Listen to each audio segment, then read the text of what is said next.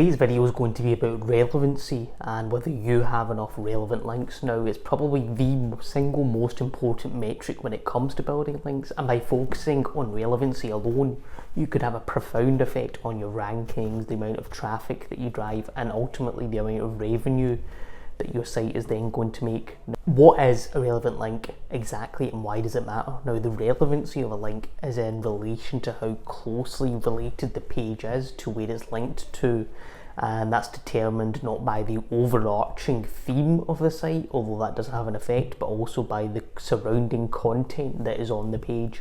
So a yoga site linking out to a roofing contractor is probably not relevant enough to have a huge effect on first examination, no matter what the authority of the site is. And the chances are the link makes no sense in the context, or in the content, and the context in which it is used is unnatural. And add to that a link such as that probably not drive much referral traffic or drive irrelevant traffic that's maybe expecting something else. So in terms of how many links you would need, it's hard to say. It's almost always going to come down to the competitiveness of the keywords that you're targeting, and the more relevant the links, the better the authority that they'll then pass. You can get a rough idea using tools like Ahrefs for competitor analysis to determine how many links you need to outrank them, but if they don't have a particularly good or not very relevant link profile, you may need less links than you think.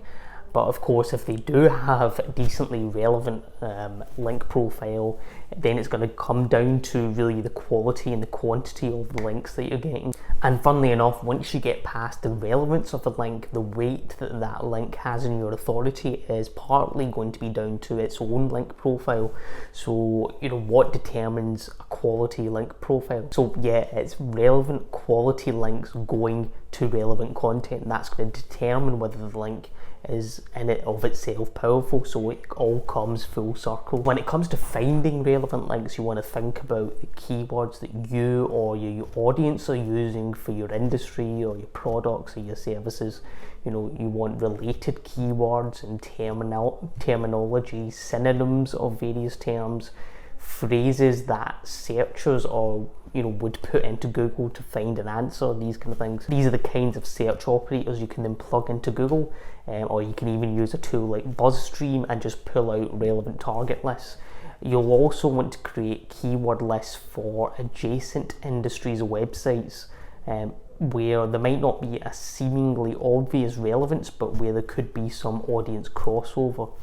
And it comes in useful where you end up using bridging content, and then you could insert a contextual link when you have content which bridges the gap almost between two industries or sectors. So really, in conclusion, relevancy is going to be a huge factor when you're building links. Now, that's not to say that you have to niche down when you're building links, but you need to look at it more as there needs to be some kind of logical way of incorporating the link into a site or a page. It needs to have some kind of linguistic and contextual relevance to have that link on that page. It really does boil down to that. So guys, hope the video helped, and see you in the next one.